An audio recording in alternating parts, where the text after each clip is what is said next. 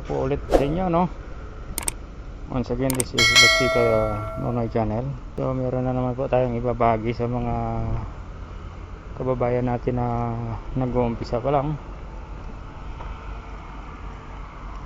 So ito guys, ang problema nito, yung MID 11 MID 187 PPID 1190. So ito mga sir, ito ang may problema. So niline to line na po namin sir. Ito yung pinaka module niyan, dito yung module nya. So nagbukas po kami rito, niline to line namin. Niline to line po namin dyan para malaman kung umabot dun sa solenoid nya. So na-check namin sir, okay naman. Ito yung wire na ginamit namin, ito po. Yan. So andito po niline to line namin.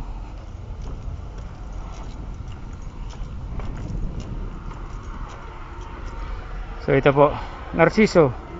Yeah, boa tarde. Oh, boa tarde. Yeah. So ito po, yeah, ito po yung solenoid ng 9101.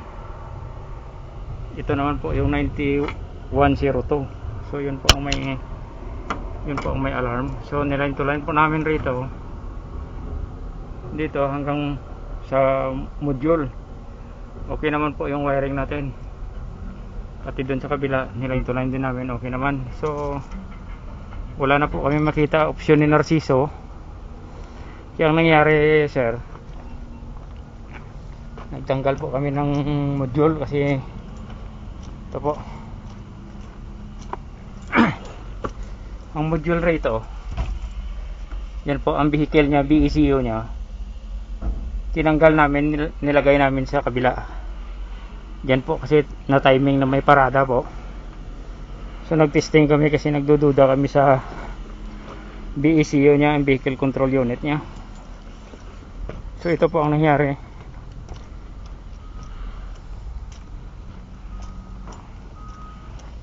So ito po nangyari pag yung paglipat po namin. Ayan siya po, temporary po. Ito yung galing doon sa kabila. Ito naman yung original nya. So yung galing sa kabila po, pareho din alarm. Yan po, hydraulic. MID 187 PPID 1190. So ibig sabihin po, problema po yung BECU nya, vehicle control unit.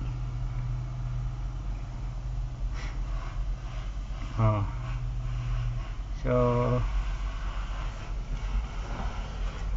yan po, kasi nag line to line na kami ng mga sensor nya, okay naman. Pero nagtataka kami ba't hindi mawawala to. Ito po ang 1190, hindi po siya mawawala. So ngayon subukan po natin pagpalit. I-off ko lang muna, tanggalin ko po ito.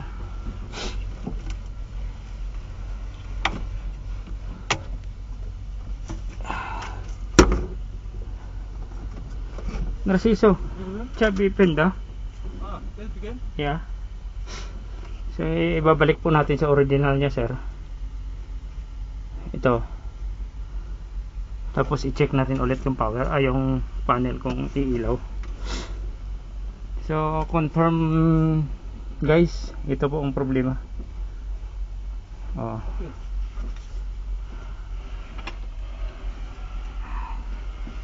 Na-check po namin yung linya. Ayan po. So kakabit po natin to. Ito yung original nya. Yan po.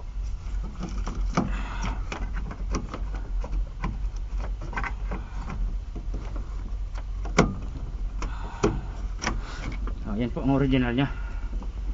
So testing natin, no?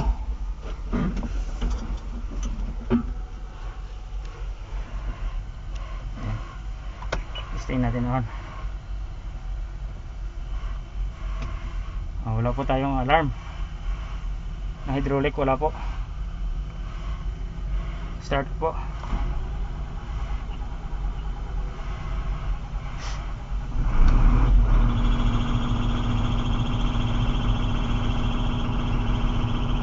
So, ayan po, wala tayong alarm. Wala tayong alarm dito. So, confirm po na yung problema natin eh yung panel ay yung VECU, Vehicle Electronic Control Unit. Yan po. So yan na po, ito po ang sira.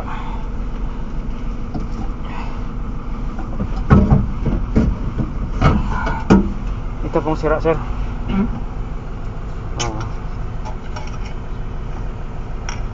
Ito under din po ito. Kaso lang may alarm. May alarm siya.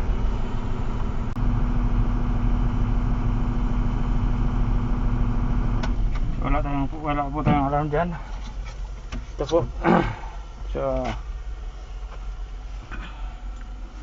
i-try natin to doon sa kabila.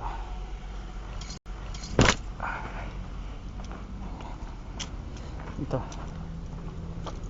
Narciso. Por favor, colocar. Agora. Ya. Pues explicar cuál es el problema. Ya confirmar. Ahí está. Ahí ya. Sí, sí, original de él. Original. Sí, ¿cuál es el problema, Narciso? ¿Puede hablar? Confirmar esta línea, ¿está bom? Línea, no, línea está bom. No, você confirmar aquela linha. Modo do veículo. Ya. Tem problema no circuito. Ya, porque testar linha tudo. A linha está boa, tem continuidade, tem alimentação 5 volts. Ya. Então, nesse caso, tiramos ele desta para este e apresentou a falha. Iya. Apresentou a mesma falha que está aqui. Oke. Então, vamos ter que devolver e Colocar, colocar testar. e fazer teste. Iya.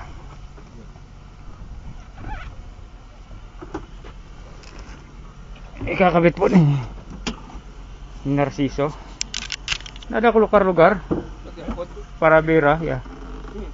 Ah, para ele depois? Iya. So colocar tomada Sim, vamos colocar. para testar aqui.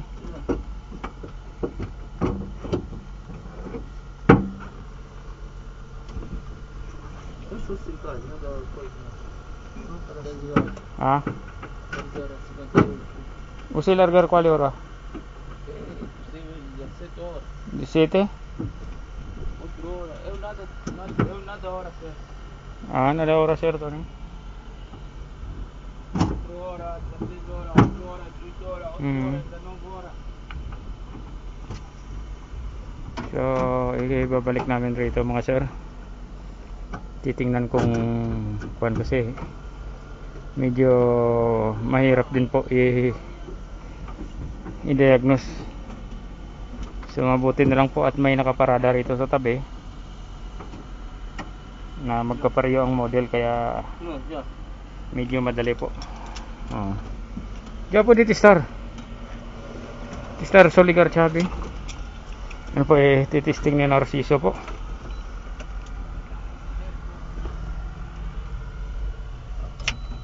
Ayan po yan po ang alarm nya.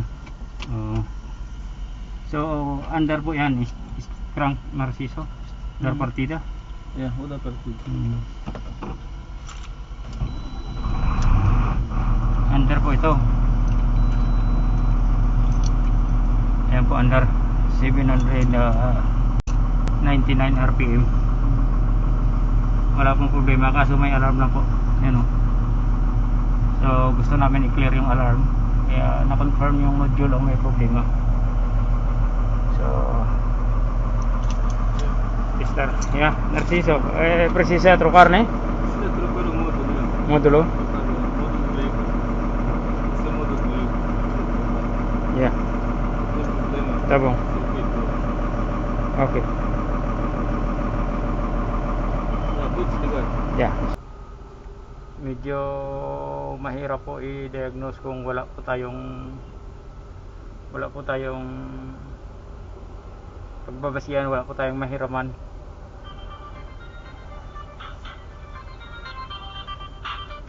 Felix. Oy.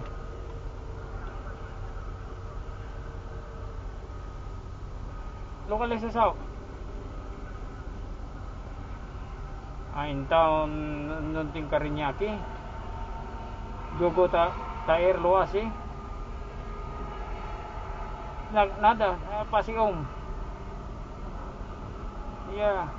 In town kasi bay opisina Raul tala. Ting kapuchupeta la. Yeah. Ting baterya la. Okay.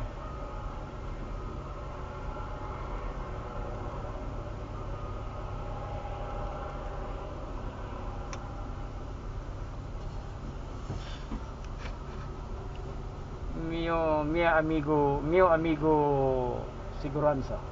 Sige. Video. Mio amigo seguranza e controlar aqui tudo para não tem entrar aquele outra pessoa. So ele controlar area aqui. Yeah. Olha, tem arma. Kodo? Yeah. Wala ka kodo? Ako pala kung video. Tem arma, todo. Aquele pessoa aqui dentro. Então não tem problema, não tem medo porque está protektado com segurança. Tudo aqui tem segurança. Yeah. So guys, ito no, yung security rito sa compound. Segurança kung tawag sa amin yan. Dito. So, medyo safe naman rito mga sir kasi protected kami lahat rito. May mga bantay lahat. So, ayos lang, huwag kayong mag-alala dyan sa pamilya ko sa Pilipinas. Huwag mag-alala. So, ang problema natin sir, yung tuloy natin yung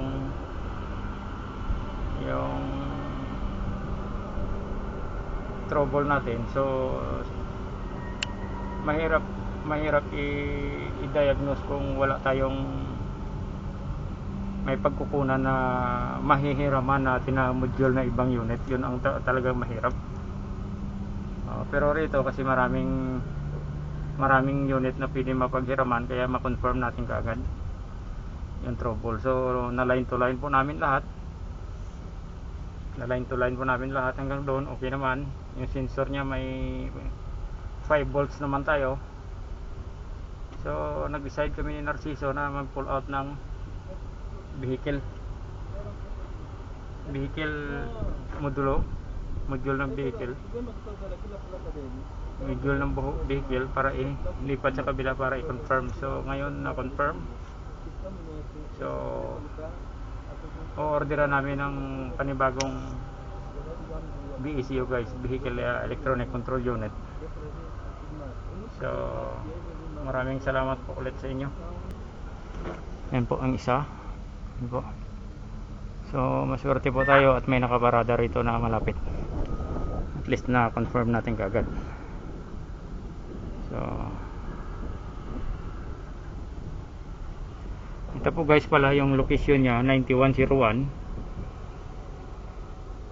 at saka 9102 MA.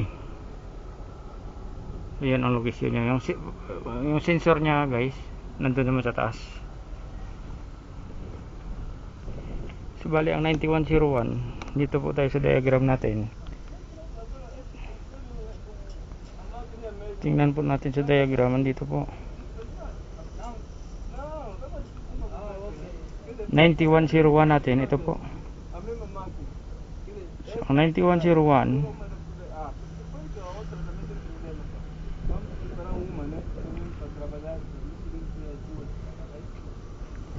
sensor attachment, sensor po ito, ang SE9101 attachment pilot pressure. Dito po naman tayo sa ME solenoid. Ito po ang solenoid niya. Ito po siya ang 9101 solenoid ME po yan, hindi na SE. ME po yan, solenoid na. So ito po ang solenoid niya ay 9101. Ang 9101, ito po, flow control unit. Oy! Flow control unit proportional valve. So ito po ang 9101. Ang 9102, power shift proportional valve. So ito po ang 9101. 9101. Papunta po sa vehicle. Niline to line po namin yan. Hanggang dito, line to line po yan. 9102. Line to line po namin. Simula sa vehicle hanggang dito. So line to line po. So okay naman, kaya nagduda kami na ito po ang sira. Yung BECU. Okay. Ayan po.